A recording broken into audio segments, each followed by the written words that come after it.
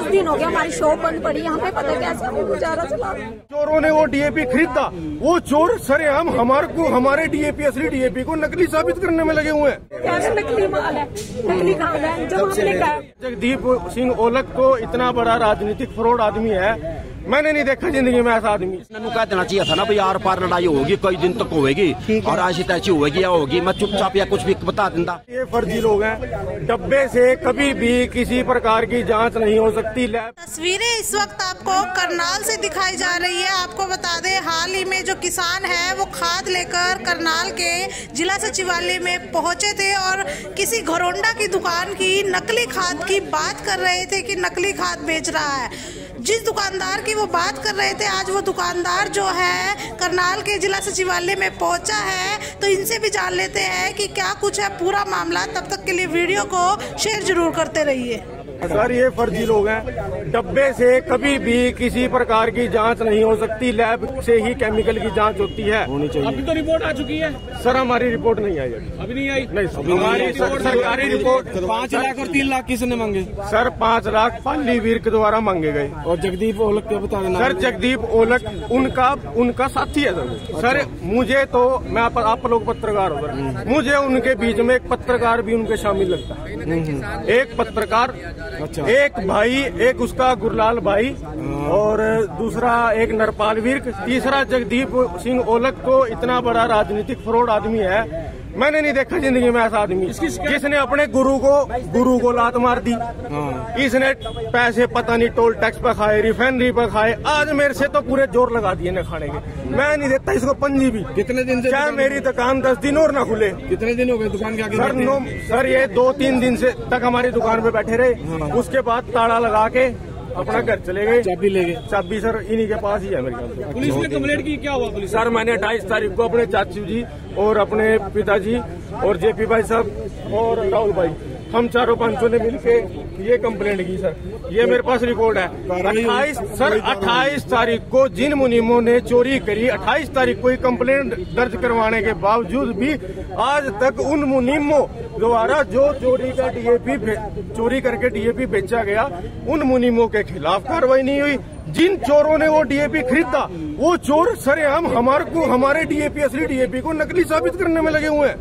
हमारा परिवार बिल्कुल सर, हमारे परिवार की ऐसी की तैसी कर दी, हमारा काम धंधा। अब आप किसको मिलने आए थे? सर हम डीसी साहब को सिर्फ अपने इज्जत से परिवार वालों को लेके अपने साथ आए हैं और कुछ हमारे साथ जो हमारे सहयोगी दुकानदार हैं वो हैं। सर इज्जत वाले बंद। सर मेरा सर पहले 5 लाख रुपए मांगे गए, फिर 2.5 मांगे गए। मैंने साफ सी बात बोली, मेरे पास सबूत भी है सर, मैं सार्वजनिक नहीं कर सकता अभी। हमें पैसे दो, हम हमारा केस खत्म कर रहे हैं। ऐसे थोड़ी ना होता है, सरकारी माल है, हम क्यों दे पैसे उनको? पूरे परिवार को परेशान किया? पूरे परेशान। 10 दिन हो गया हमारी शॉप बंद पड़ी, यहाँ पे पता कैसे हमें गुजारा चला। दबाव बनाया जा रहा है किसी तरह का? किस वजह से वो ताला लगा? दबाव बनाया जा रहा है।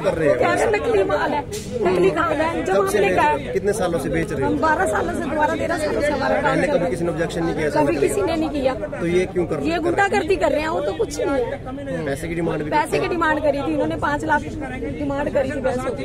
फिर 3 में मान गए थे, फिर 2.5 में भी आ गए थे। हमने कहा हमने नहीं देना, जब हमारा ओरिजिनल माल है, सैंपल भरवा लो। हमने खुद ला के सैंपल भरवाए हैं। संडे का हमारा सैंपल भी गया, अभी तक रिपोर्ट नहीं आई। तो फिर हमें न्याय तो मिलना चाहिए। हमारे लोग लगे, हमारी दुकानें तो खुलवाओ। प्रशासन कुछ नहीं कर रहा? कुछ नहीं कर रहा, कोई प्रशासन नहीं कर रही, कोई गवर्नमेंट। गुहार लगाने के लिए आए प्रशासन। खार चोरी होया है, हमारे मुनीमा ने चोरी कराया है।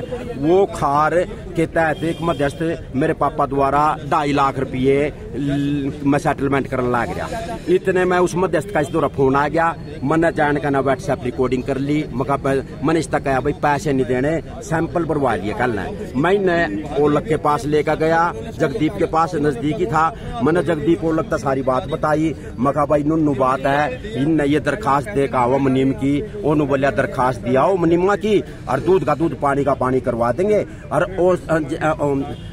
छोटे भाई जगदीप ओलख से एक बात पूछना चाहता हूँ, आज तक किसानों को क्यों नहीं बताया? क्योंकि वहाँ पर जब खार पड़ा था, जहाँ मुनीम चोरी का लेकर गए थे, वहाँ जगदीप ओलख बुलाया था, वहाँ उसने सारी बात का घेरा। 1 नंबर की चीज है ना, तो सैंपल भरवा लेंगे। आप लोग पैसे नहीं दोगे भाई। तो वो मेरी गलती है कि मैंने इसको ईमानदारी से बात कह दिया, ने मेरी बात मान ली। मैं इसके बाद वो लोग के घर ले गया इनने। अच्छा। मगर ऐसे इन्होंने दरखास्त दे दी है। वो लोग बोले मनीमा की दरखास्त दे दी, बोले हाँ। उसकी नॉलेज में ये मामला भी, उसकी नॉलेज में ये भी मामला है कि वहाँ लेन देन चल रहा था, वहाँ सब कुछ चल रहा था। फिर वो वापिस आ गया था उड़ता है उनने छोड़कर, क्योंकि उन्होंने कह दिया था भाई प्रधान जी अब आप जाओ, जो मैं बात कर रहा हूँ सारे सबूत के तौर पे कर रहा हूँ भाई साहब। तो मैंने वो लोग को क्या, वहाँ पर जब लेन देन का बात चल रही थी, वो वापस घर आकर लौट गया। उसका किसान नेता, उसका हक नहीं बने था भाई वहाँ लाइव चलावा फेसबुक के द्वारा, उसका हक नहीं बने था भाई। या बात उसको भी पता चल चुका है कि गलती हुई है। नहीं हाँ। वो तो आज तक किसी को बताया नहीं, किसी किसान को क्या कुछ भी। मैं ओलख से 3-4 बातें अपने भाई से पूछना चाहता हूँ। ओलख ने जब मैं इस परिवार को लेकर के ओलख के पास घर आ गया, तो ओलख ने कह देना चाहिए था ना भाई आर पार लड़ाई होगी, कई दिन तक होगी और ऐसी तैसी होगी या होगी, मैं चुपचाप या कुछ भी बता देता।